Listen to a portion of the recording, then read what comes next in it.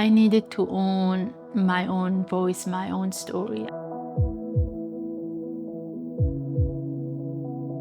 Yeah, I think I have always believed that citizens can do so much, and especially when it comes to justice and accountability and peace, because on so many things we see each other as human beings, and that is the most important thing. We feel for one another, and a lot of the times we stand up against those in power who are always trying to impose their own ideas and policies on the world. When I think about how people can help with achieving justice and accountability, and I have worked with so many. I go to a lot of colleges and I talk to students and professors, lawyers, activists. And a lot of the time, they want to be a part of something good. They want to change this idea of, impunity, because in so many countries, during different conflicts, a lot of people have suffered so much, and a lot of the time, it's the innocent people who pay the highest price of these conflicts, and a lot of the times perpetrators get away with what they did, and that is the case, for example, in my country with ISIS, that thousands of people came from across the world, joined together, and were proudly waging a war to eradicate some communities like Yazidis, to use sexual violence as a weapon of war. And they published, and everything was online. And still, 10 years later, less than 10 ISIS members have been held accountable. The majority of them got away with what they did to women and girls and minorities and entire countries like Iraq and Syria. But when we know, I think the best thing citizens can do is to really educate themselves about these causes, because if you don't have enough knowledge about, for example, what happened in Iraq or in Syria or other places, it's hard to support the justice and accountability of that particular case in a meaningful way when we are well educated about these different conflicts. It really helps. So I feel like I've always said that the first step is to educate ourselves about these regions and these conflicts and groups, and there you will be able to know how to contribute. I feel like in today's world, unfortunately, there's so much misinformation in the world, and people have access to so much. Sometimes it's just hard to know who to trust, because there is so much, and we have access to so much. And I think to better understand these conflicts and these regions, it's important that we do it through better education systems in schools and colleges, and also have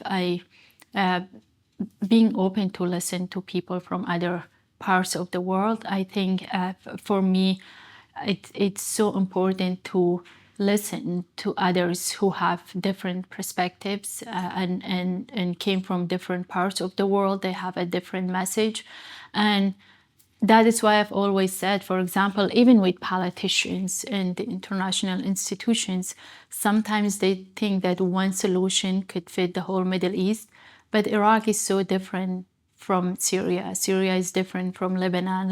Like, it's so different, and you can't just think that one example will fit the whole, one solution will fit the whole Middle East. It's different. You have to know all the dynamics. You have to know different cultures, peoples, and governments, and that, I feel like that part is missing, where a lot of times decisions are made based on just this bigger picture of the Middle East, and not based on really how these countries work, how different countries have different laws, different cultures, different communities, religions, and when we get to know that, we will understand that what works what worked in Iraq or didn't work in Iraq decades ago, it's not gonna work in somewhere else because it's different. Winning the Nobel Peace Prize, it's not just a personal achievement. It means that what happened to me and what I am standing for has been recognized. I know it has been 6 years, and I also know that I remember that call and that early morning when I received the call, and I did feel back then overwhelmed with something that is really, I thought it was huge, and I didn't.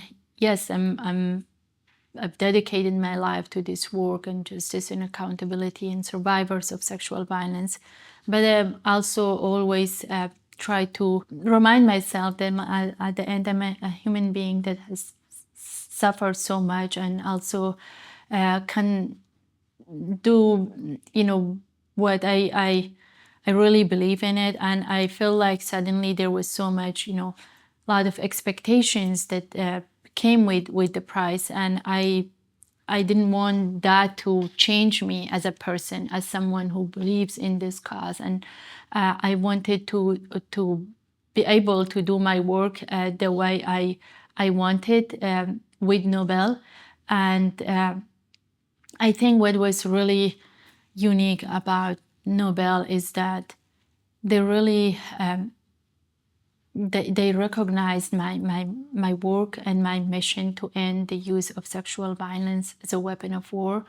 I was really happy that they didn't describe me as a victim. They didn't see me as a victim. They saw me as an activist who is fighting for a vital cause and whose mission and work is important. And I also realized that I need to remind people that the work, it's not any much easier just because I won the award. I think the most important thing about this award is that you should feel more inspired and encouraged to move on, to continue to do the work. That is how I try to take it. This, while so many people saw it as a bigger thing and feel like that I can do more, or that my work is now done because I've won the prize, but I saw it as something that inspired me, encouraged me, empowered me to continue my work. And I am so grateful to them that they saw me as at my full humanity. I think that the use of sexual violence as a weapon of war was not something new. It is being used against women in communities since the beginning of time. But unfortunately, it was always seen as a side effect of war. There was always more attention on bigger things about war, and less attention on what was happening to women and girls. And because of the way that society see rape as a taboo subject, a lot of women in the past never shared their stories of rape, and because they knew, and still a lot of them have not shared their stories because of the way that there is so much shame and stigma attached to this topic. And I felt that throughout my journey, and I feel like for the first time now, survivors are coming forward proudly and publicly and saying that something happened to them, the world should listen. It was never our fault. We should not be blamed for being taken from our families and villages and being raped and enslaved. So I think that brought more attention, that before people were speaking on our behalf about rape and sexual violence, but now we are saying, well, it's our story and no one knows better than us. We want to share our stories in our words. Because I remember when I first in the camps, I was sharing my story. A lot of the time people will take it and say it on my behalf. But it just didn't make sense. I think the world needs to hear from survivors, from those who have experienced. And with Nobel, it became it was more of like an eye-opening to the world, that they realized that this is actually a global issue. This has been happening for so long, and we need to take it seriously. I think that is what I felt with my story at the very beginning, that I needed to own my own voice, my own story. I needed to be able, to have control over what I wanted to share, because a lot of the times people wanted to hear what they were really interested in, and very personal details that a lot of the times were re-traumatizing, so many survivors. And I didn't want to go back, but I feel like I had, especially at the beginning, I had no control over how people were, taking my story and which part of the story they were interested in. Many times I feel like I was exhausted so many times, where people around me were trying to take advantage of me, people who, took my story. And it took me a while to be honest, to take control over my story and be able to stand up for myself. And I felt so visible, and at the same time I felt so invisible. I was seen as this, story, and everyone knew who was really a victim and who was taken into captivity. And at the same time, when there were bigger discussions about the future of Iraq and the aftermath of ISIS, we were not included. And this is not just unique to Iraq. And I met so many survivors from Ukraine to Kosovo to Congo, and this something that we all had in common when we met, first, and is that we were treated the same way at the beginning of our journey, that people were not interested in, a lot of people not interested in what we wanted to say, but more of like what they wanted from us. But that I have learned, and I've been able to take control over my story and my work, and share what I think and it's important, and stand up for what I think it's right, and to make sure that these crimes don't go unchallenged and punished. I think I had that moment a lot, like not just once. Even after I moved to Germany and after I started doing this work, there were so many moments when I was so close to just stop, because of really how challenging it was, and how difficult it was to take control as a young girl with no language and nothing, and just being in just became like a refugee. But I realized that it is so important to surround yourself with people who believe in you, believe in your story, people who see you as a person and not just, one part of your life that, part in captivity. So even when you go through so much and you don't have much, but just a story to share with the world, I think I was lucky enough to find the people that have really helped me and have been there for me. I think that is important, just to surround ourselves with the people that really care about us as human beings. Well, I think it's really important to know that, despite everything that is going on in the world, I feel like all is not lost. There is still hope. There is a younger generation that is fighting every day, that are more united in the face of these conflicts and discrimination and violence. And I think that is important, because I remember when first I was telling the story, and I said that, and in these countries, for example, that what is happening in Iraq, it's not too far. We don't live in isolation, and it will have a huge, impact on here and other places. So we have to understand that when there is war, it's never too far. And I think, what is important really is it's to know that we can't.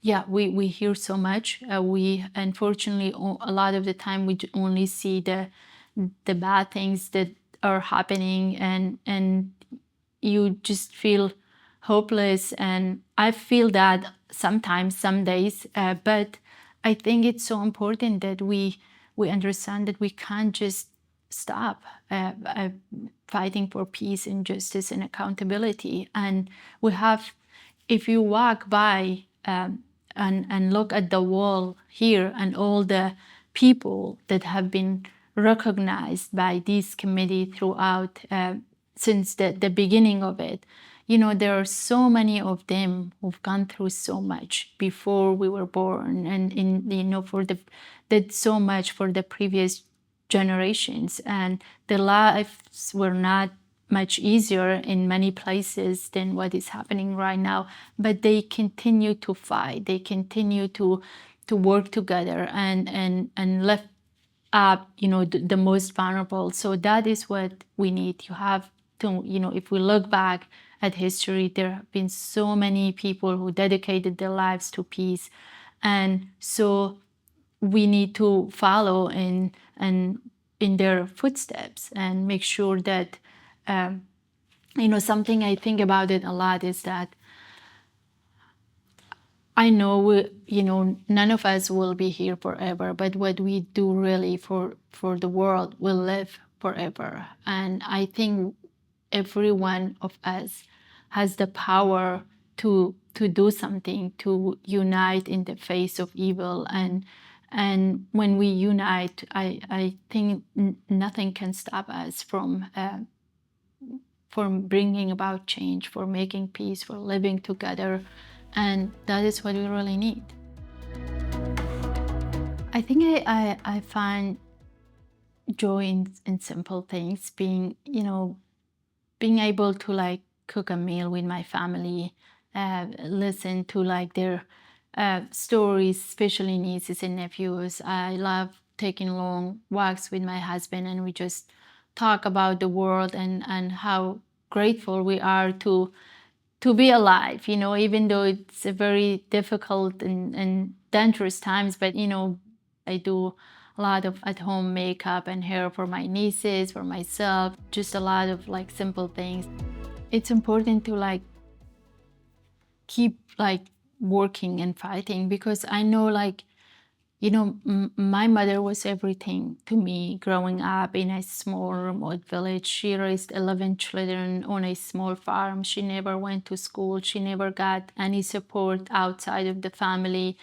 And she was killed simply because she was different and because of her religion. And it's been 10 years, and every day with the work and everything that I do, I still work every day to make sure that her remains, with the remains of so many other women, will be identified. I know if I stop, it's not gonna make any difference. And if we want to have for example, our loved ones to be identified and buried in a more proper way, then we have to fight. We have to do the work.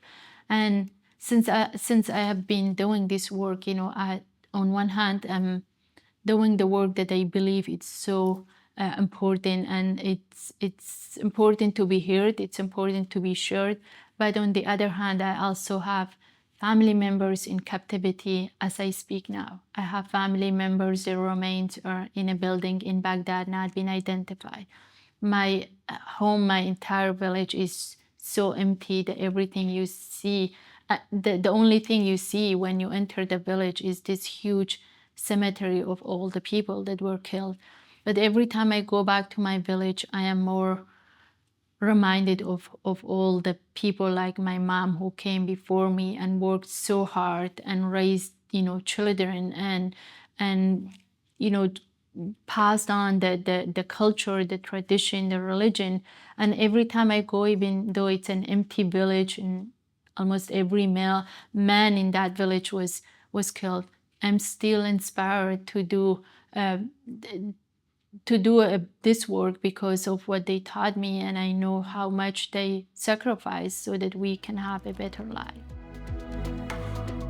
I try to go back 2-3 times a year. Every time I can go, I can't stay there, but I can go as when we have like something, a project, or when they bring the remains of our loved ones. Every time there is like a major event, I try to be there with survivors, with family and relatives and friends. So I was there in August to commemorate the 10th anniversary, and I'm hoping that I can go back maybe next month, or because after I won Nobel, I wanted to do something for all the women and girls and all the people there, so they could feel the impact of the prize. I didn't want it to be just a one-day thing, and that's where I dedicated the value of it to build a hospital.